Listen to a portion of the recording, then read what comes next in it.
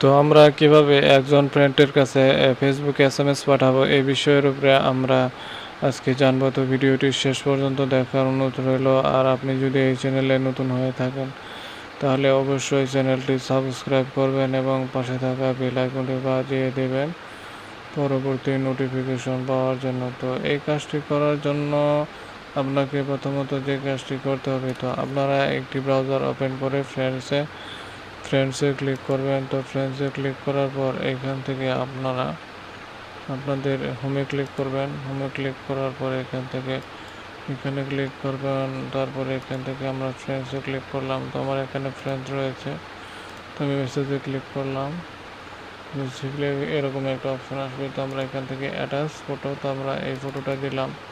তারপরে এখানে সেন্ড করে দেবো। তো আমাদের ফটো কিন্তু সেন্ড হয়ে গেছে। তো ভিডিওটি শেষ পর্যন্ত দেখার জন্য আপনাদের অনুরোধ জানাচ্ছি। আর আপনি যদি চ্যানেলটি এখনও সাবস্ক্রাইব না করে থাকেন তাহলে চ্যানেলটি সাবস্ক্রাইব করবেন।